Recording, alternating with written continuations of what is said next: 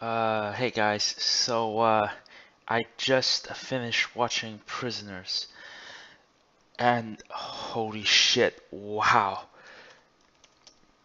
This is one of the best movies I've seen. Um, I love this movie.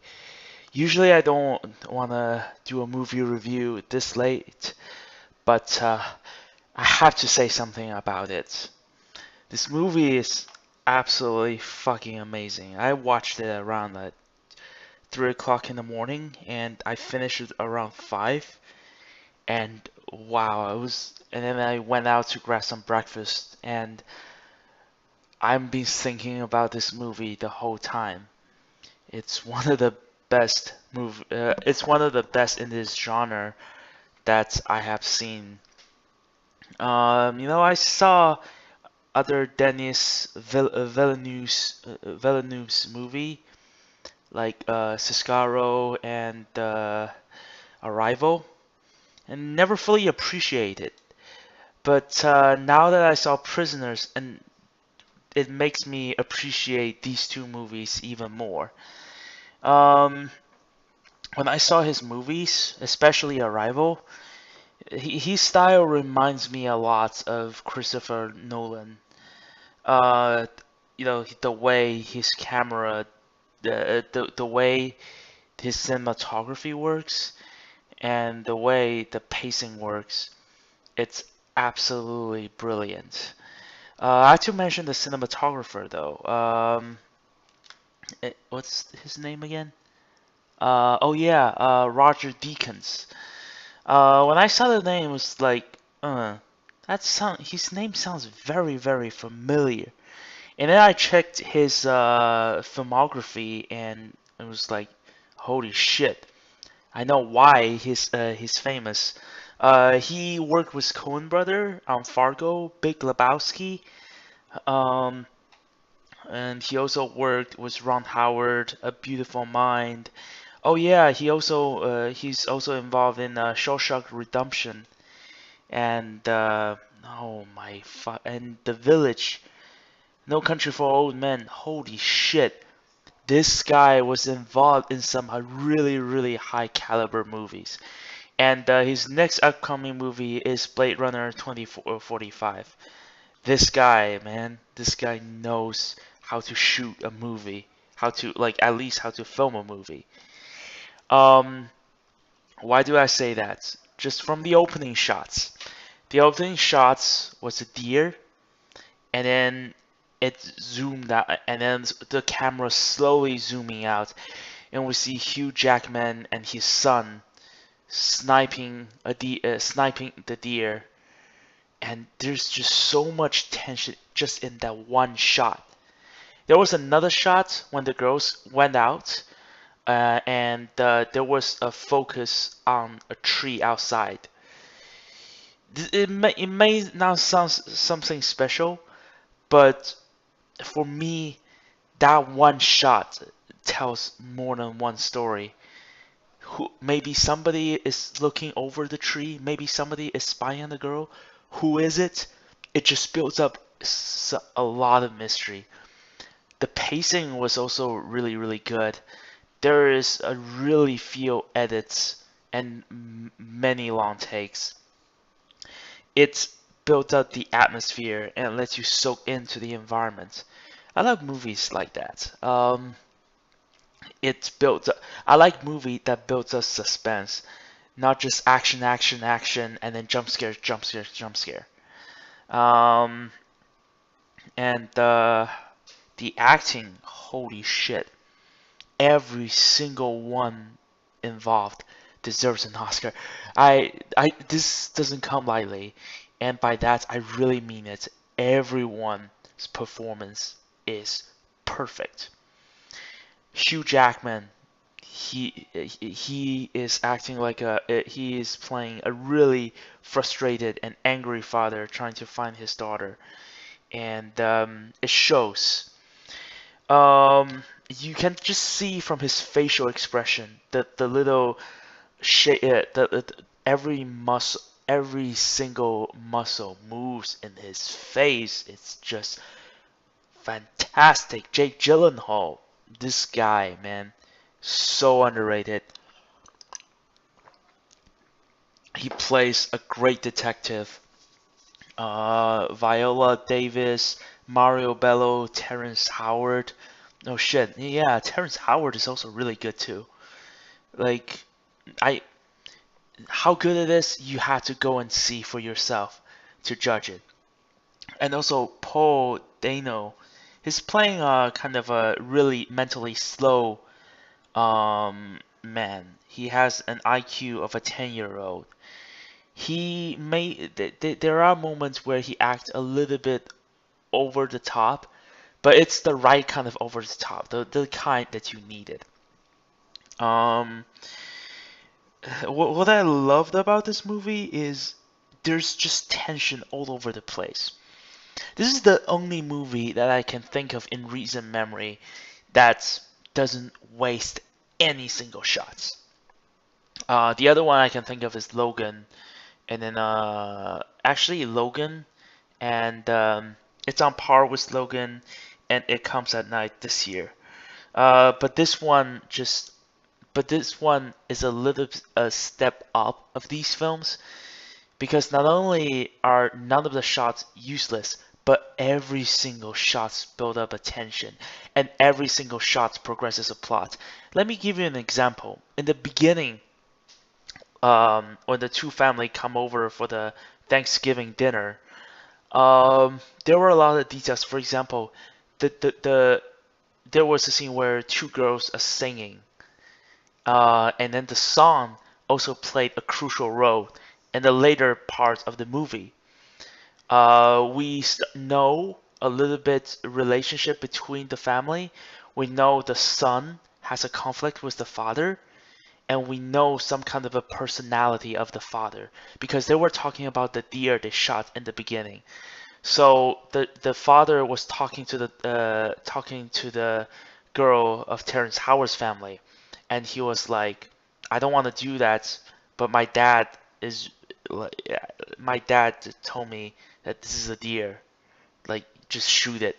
So through this little conversation, we know a little bit of his personality, but it was so subtle. Like every little detail was subtle.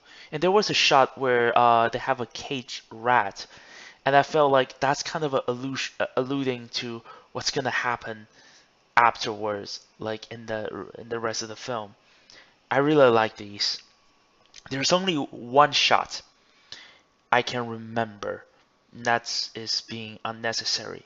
Only one shot, and that is me being nitpick. I will address it. It will contain. It will go to spoiler, but so right now what I'm saying is not treading spoilers because if you guys haven't seen this movie, go fucking watch it. It's absolutely amazing. Let's see what else. Oh yeah, the music. First half of the movie, there's no fucking music. There's no music. But that's what I like. What I like best. You don't need music to manipulate your emotion because every because it's so out there. It builds up a natural sense of tension, and I really like it. Oh fuck, I'm so tired. But what else? What else? What else? And yeah, Dennis Oh yeah, something I mentioned about Christopher Nolan. Something I need to address about here. Many people said Dark Knight is the best because of the plot twist or something. Everyone was saying, "Oh, Christopher Nolan tells a great story." Here's my understanding. Christopher Nolan and Denis Villeneuve, like right now, the way I see them is this: they're at their very best when they're using camera to tell their story. If you watch Prisoner, you'll notice like there's no single line of exposition. Every single detail you need to know is not through the mouths of other characters, but through the visuals, through what the camera has shown you.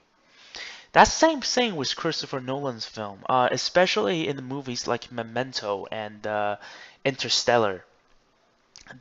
Those films are the best for me, are my favorite of Nolan's because there's no dialogue where people tell you everything you need to know. Like they don't give big speeches, especially in Memento, and that's what I like film best. Dark Knight for me, I felt it was a little bit overrated, and everyone keep on saying it's the best movie of all time. I hate it when people put a film as the best of something of all time. Um, because no film, in my opinion, is the best.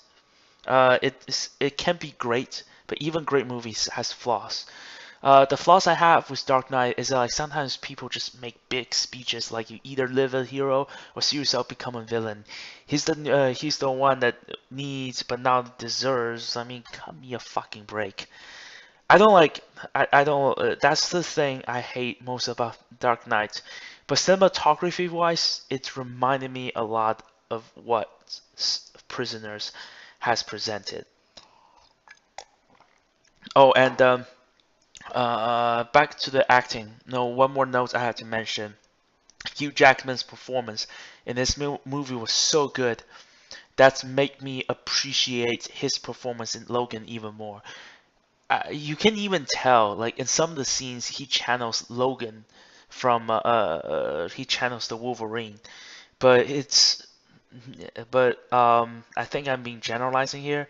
But it's much better than it's much step up, and I'm pretty sure some of these elements have influenced his performance in Logan.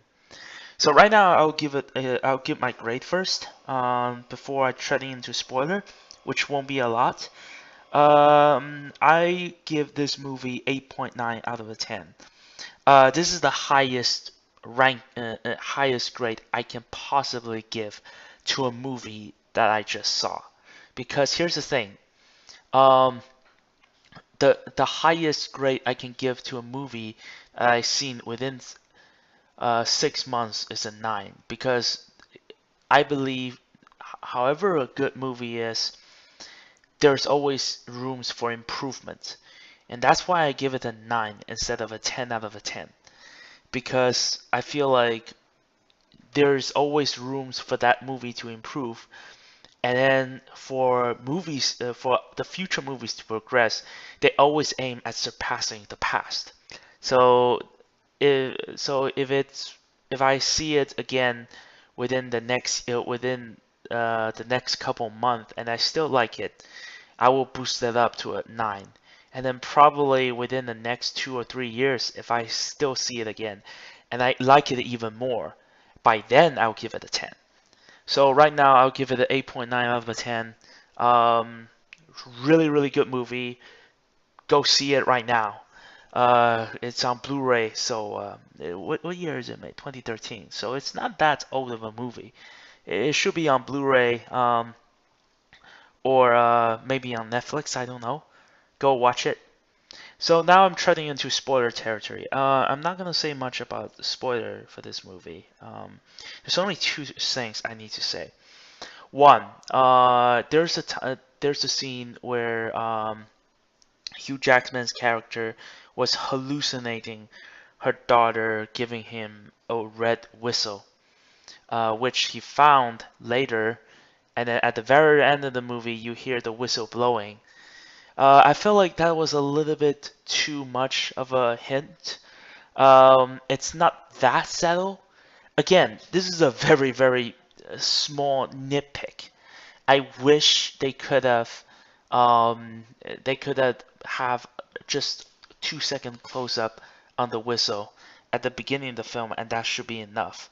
Or like, because in the end, they do say, when they push the daughter in a wheelchair, when you see the daughter in the hospital, she has a new whistle, and the wife said like, no, she lost the old one.